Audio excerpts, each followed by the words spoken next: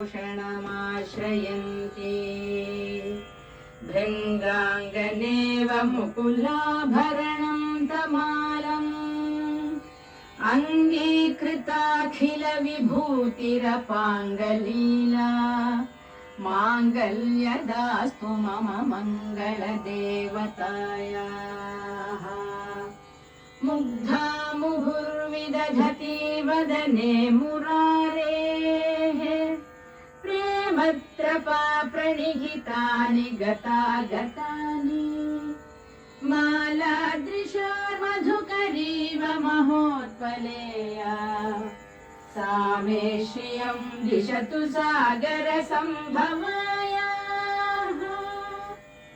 आमीलिताक्षम् अधिगम्य मुदा मुकुन्दम् आनन्दकन्दमनिमेषमनङ्गतन्त्रम् आकेकरस्थितकनीनिकपक्ष्मनेत्रम् भूत्यै भवेन्मम भुजङ्गशयाङ्गनायाः। बाह्वन्तरे मधुजितश्रितकौस्तुभेया हारावलीव हरिनीलमयी विभाति कामप्रदा भगवतोऽपि कटाक्षमाला। कल्याणमावहतु मे कमलालयायाः कालाम्बुदालिललितो रसिकैटभागेः धाराधरे स्फुरति या तडिदङ्गनेव मातुः समस्तजगतां महनीयमूर्तिः भद्राणि मे दिशतु भार्गवनन्दनायाः।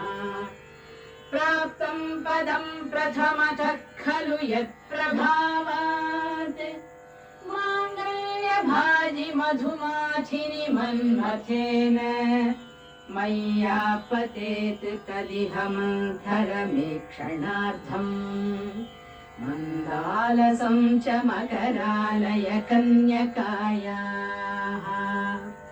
विश्वामरेन्द्रपदविभ्रमदानदक्षम् आनन्दहेतुरधिकं मुरविद्विषोऽपि ईशं निषीदतु मयि क्षणमीक्षणार्धम् इन्दीवरोदर सहोदरमिन्दिरायाः।